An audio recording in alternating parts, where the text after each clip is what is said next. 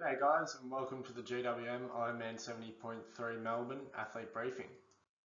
My name's Paddy Haythorne, I'm your race director for the event, and from Triathlon Australia we've got Riaz as the race referee, Sarah as our technical delegate and Brian Hinton as our chief race official. Just like to kick off today's briefing by acknowledging that IRONMAN 70.3 Melbourne is held on the traditional lands of the Kulin Nations, and we pay our respects to elders both past, present and emerging. So in today's athlete briefing, I'll run over the athlete information guide, the event schedule for the weekend. I'll show you some maps and some times for the venue and check-in. I'll show you what you'll need for race morning. We'll run through the courses and I'll just give you some last points at the end to make your race day more smooth. So the Athlete Information Guide, or AIG, is available on the website, on the app, and should have been sent to your email. It's your go-to place for any information about the event that's up to date. It's basically your Bible for the event. It'll tell you everything you need to know. So into the event schedule now. We open the doors of Catani Gardens on the 11th of November on the Friday at 2 o'clock, where we'll open up the IRONMAN merchandise store and the Lifestyle Expo will be open. At 2:30, allocated athlete check-in will commence and event info will also be open. They're pre-booked slots, so make sure you get your bookings in for that, and that will close at 7 o'clock. Rolling into Saturday the 12th, we have an Iron Kids event at 8:30. That's a little fun run along the waterfront there. At 9 o'clock, merchandise and expo will open, and at 9:30, athlete check-in will open again. So continuing the day on Saturday the 12th, at 10 AM, we have pre-booked bike racking open in transition. You should be able to book your time slot when you're booking your check-in slot, and that'll be open through till 4:30, so make sure you get your bike in before then, because that's your last chance to rack your bike.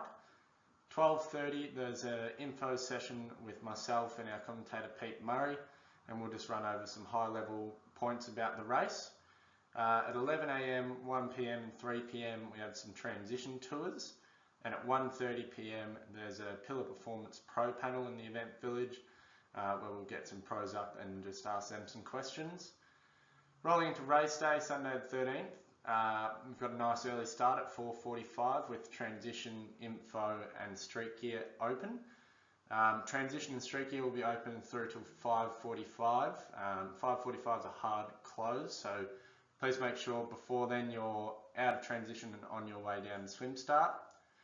At 6 o'clock, we've got a Welcome to Country down at the beach. At 6:05, we've got our pro male start, 6:07 a pro female start, and at 6:10 we've got our rolling age group start. Throughout the rest of the day, at 11:50 AM through till 3:15, we've got bike collection open in transition. We've got our last runner expected about 2:50 PM, and from 3:15 onwards, down at Republica at the St Kilda Sea Baths, we have roll down and award ceremony. So this is just a bit of a high-level overview of what the venue is going to look like throughout the weekend. So down in this southern corner here, you'll find check-in and merchandise, and then you'll have expo on this side here. We've got our little info tent in the middle of everything there. Finish line goes right down the guts here through the palm trees, into recovery in this area with medical. For the post-race exit, you'll be crossing over this point and coming down here. And the pro panel and race director info session I mentioned before will be up in this corner here. This big line here is transition, which will have your swim exit, run exit, bike entry exit, and everything you need there. So this is just a quick overview of what you're going to receive in your race kit when you check in on either Friday or Saturday, and what you'll need to bring for the race on Sunday. So in your pack you'll receive a wristband, a tattoo, your race bib, your bike seat post number and a helmet sticker. You'll also receive bag stickers, bike pump stickers, a swim cap and finally a street gear bag. So as I mentioned before, on the 12th on Saturday, transition bike check-in will be open from 10 AM through till 4:30 PM. Again, please make sure you are getting your bike in before 4:30. It's your last chance to check your bike in. When you do come, make sure that you've got your seat post sticker on and your wristband on. And then make sure you take your helmet home with you for checking on Sunday morning before you get to your bike. So timing chips, they're going to be distributed at bike check-in on Saturday, just as you're on your way out. When you show up on race day, make sure you securely fasten it to your left ankle for the whole duration of the race. And once you're finished, make sure you drop it off into the allocated timing chip bin in recovery. Just so you know, no timing chip equals no race time. If you do happen to lose your timing chip, that's alright, a spare can be issued, just let someone know. Your best bet's to go to the info tent. And if you are withdrawing mid-race, please make sure you are letting some event personnel know or go into the info tent and hand back your timing chip. So just some info for those of you competing in a relay team. When you're checking in on either Friday or Saturday, make sure that all team members are present at check-in. The timing chip you receive is essentially your relay baton for the race day, so each team member must tighten it to their left ankle. Your handover point is at your bike rack in transition. All team members need to wear their wristband for the duration of the race. Only the runner will need to wear the race bib on their front. And then when it's all wrapped up, all team members can run down through the finish line with their runner. You're just going to have to be wearing your wristband to make sure you can get into the finish line. So throughout the weekend, we've got a couple of bike mechanics helping us out and giving any last minute repairs we need. So on Saturday, we've got 2 mechanics positioned just outside transition. They'll be there to help out with any last minute issues or help you put your bike together if it doesn't feel right if you've travelled, anything like that. They'll be there also race morning before the race starts for any last minute punctures, which hopefully don't happen. And then once the bike course is operational, we'll have 1 mechanic at transition and then 2 mechanics out roaming on the bike course on the back of motorbikes. So if you do happen to have a mechanical issue on the course, just flag someone down and let them know and they'll get a mechanic to you as soon as possible. So into the fun stuff now. Sunday morning, race day. As I mentioned before, transitions open nice and early at 4:45 AM. To get into transition, you'll need a lot of the stuff that you received in your race pack, but most importantly, you'll need your timing chip, your wristband and your helmet, which will need to be securely fastened on your head for Triathlon Australia officials to check. You can bring your street gear bag with any of the additional items on the right of the screen there if you want, and as well as a bike pump. You can leave stuff at your rack, or if you want to drop stuff in your street gear bag and drop it at street gear on your way out, that's fine. Again, 5:45 is a hard closure of transition, so make sure you're all wrapped up nice and early. You don't want to be rushed on race day and heading down to swim start before then. So we're expecting the water temperature to be sitting around about 17 degrees. That's generally the average temperature in the Port Phillip Bay around that mid-November time of year. And we generally get fairly calm, flat conditions, but do be ready for maybe some choppy conditions if it's a bit windy on race morning. So that'll probably mean it'll be a wetsuit legal swim. So when you're packing for the race, make sure you are thinking about packing your wetsuit. But in saying that, an official wetsuit decision will be made on race morning and will be announced all throughout transition. Friday, Saturday, we'll get some preliminary water temperatures, so you've got a good idea of what you're looking for the weekend, but the official decision will be Sunday morning. So again, with a bit more pre-swim start stuff, once you're done in transition, you'll be able to take your street gear bag and bike pump through to the street gear area down here in recovery. Once you're done there, you can head down. There's some toilets along this path here, and you can head all the way down to the St Kilda Beach for swim start.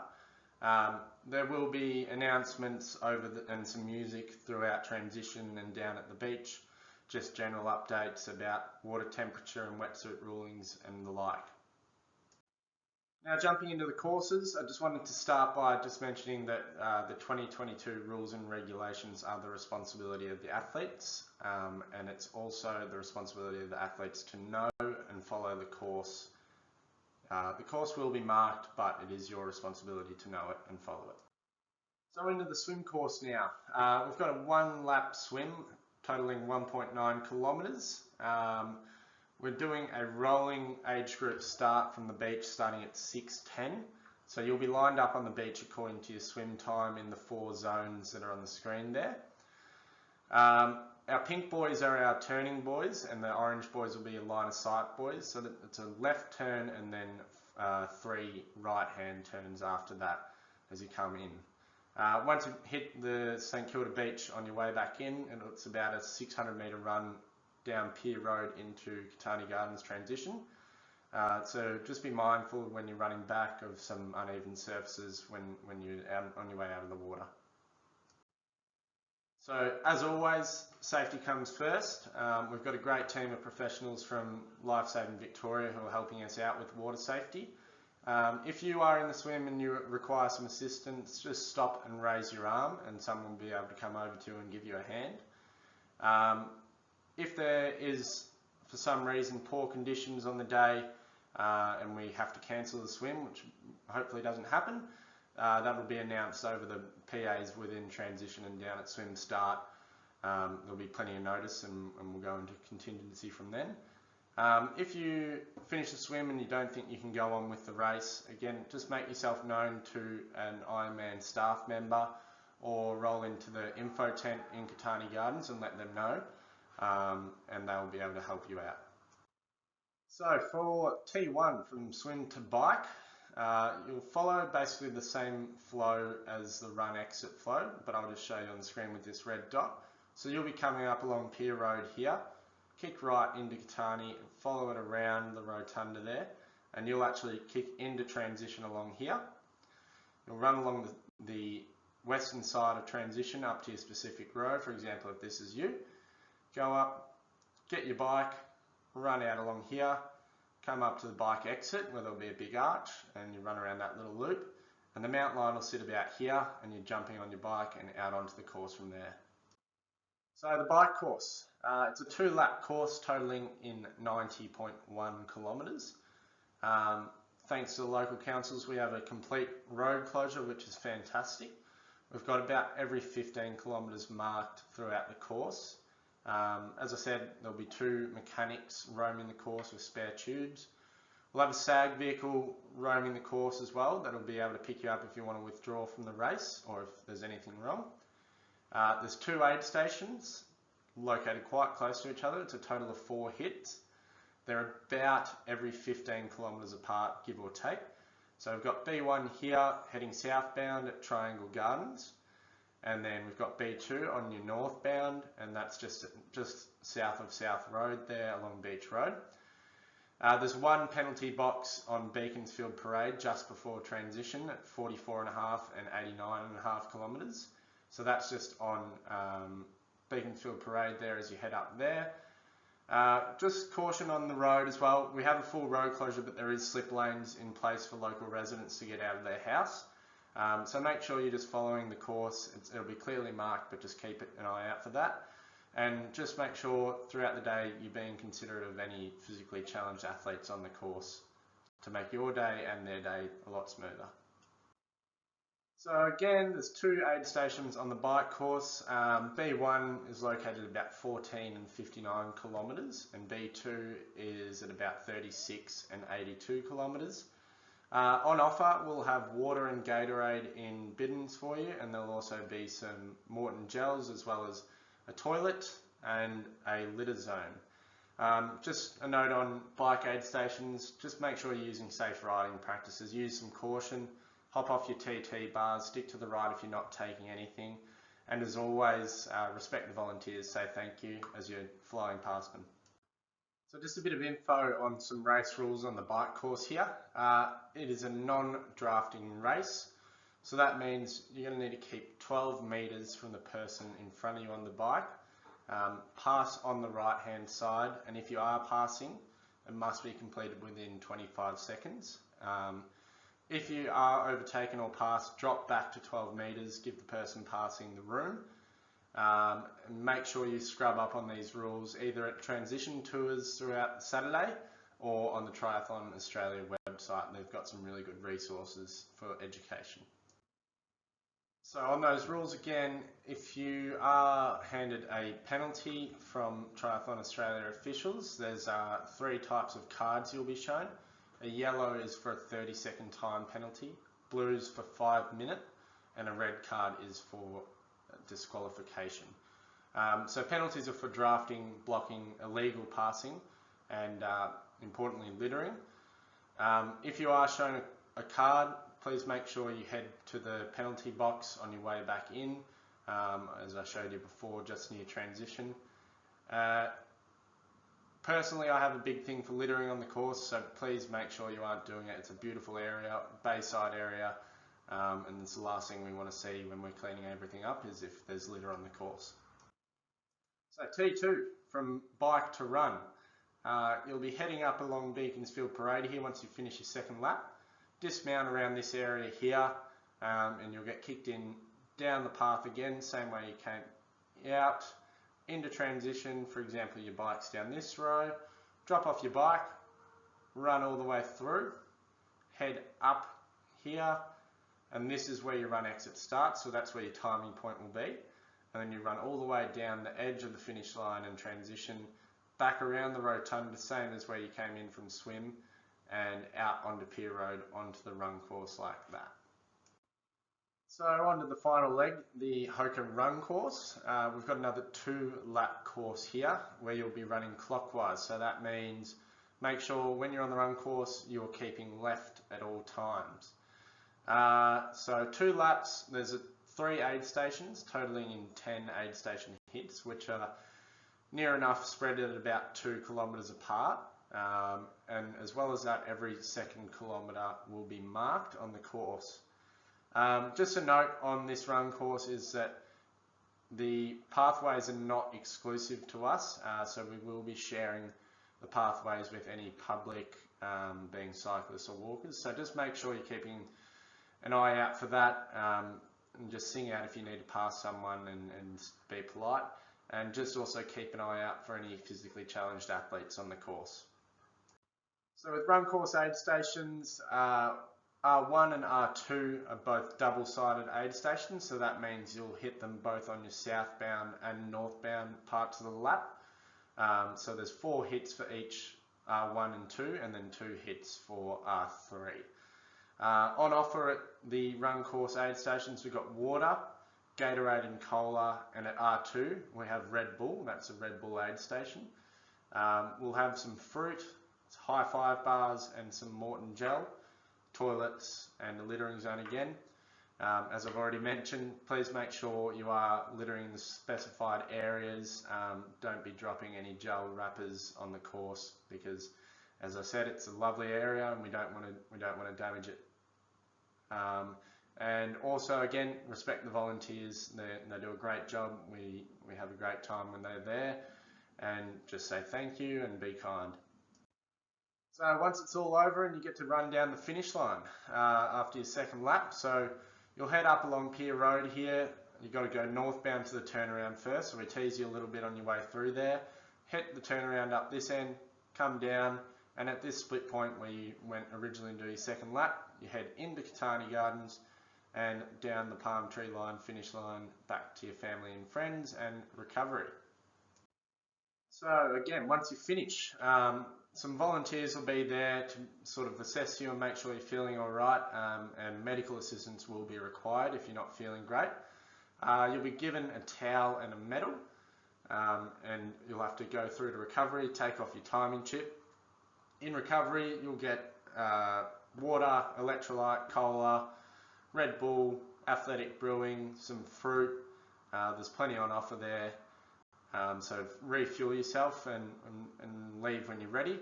And on your way out, you'll be able to grab your street gear bag if you drop that off on your way through to swim start.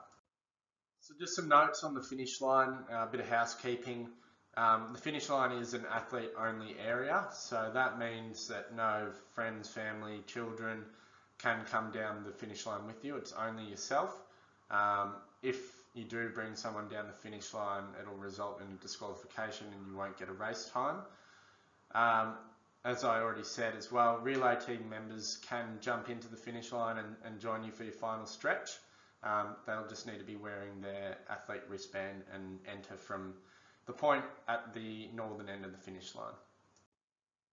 So just on cut-offs here, both your cumulative and intermediate cut-off times for the swim, bike and run will be based on your individual start time. So the below cut-off times here, they provide locations and your maximum cumulative race time to allowed to pass that location. I won't dive into them. These times and locations are available in the AIG. If you do happen to get cut off, or if you're unable to reach this time, you won't be able to continue racing and you will be classed as a DNF. So just again, safety first.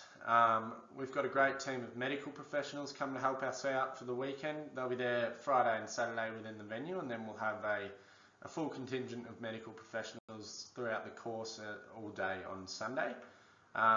As always, priority number one is look after yourself, and priority number two is look out for those around you. So if you're yourself not feeling well, or if someone around you is not feeling well, sing out. Anyone, they can be a medical, they can be an Ironman staff member, volunteer, and they'll be able to radio in and get some help. So make sure, again, look after yourself, look after others, and don't be afraid to yell out if you need help. So our wonderful volunteers, we've got about 250 volunteers from all across Melbourne coming down to support you guys and the race. They'll be there Thursday, Friday, Saturday, Sunday. It's a massive, massive number of volunteers, and as you all know, we can't do this race without them. They're just such a massive part of the event. They'll all be wearing red coloured shirts. They'll be pretty easily identifiable. They'll be spread out aid stations all across the course and all throughout the venue. You'll be able to see them everywhere. We do it. Please make sure you do it. Thank the volunteers for their time. Be kind to them, because as I said, we can't do it without them, and the best result is we get our same volunteers back because they love it and they love seeing athletes having fun. So our award ceremony and roll down, that'll be kicking off at 3:15 PM at Republica at St Kilda Beach. It'll be just behind where we did swim start in the morning. So the top 3 athletes in each age category must attend. If you know you have place in that top 3 and you know you can't make it, please head to the info tent throughout the day once you've finished and just let us know. So once we've finished with the award ceremony, we'll go to the IRONMAN 70.3 World Championships roll down ceremony for the World Championships in Lahti, Finland in August next year.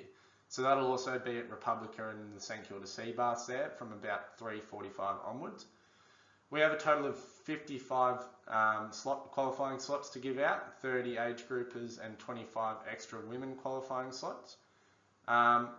If you are planning to earn a slot, please make sure you're on time, be at least 15 minutes early, because you must be present to accept your slot. If your name is called and you're not there to claim your slot, the slot's lost and it will roll down to the next athlete on the list, and there will be no opportunity to get it back. So if you are planning to qualify and get a slot, and you show up and you do happen to get one, please make sure you also have a credit card with you and a photo ID, because you'll have to pay the 710.13 euro once you receive your slot.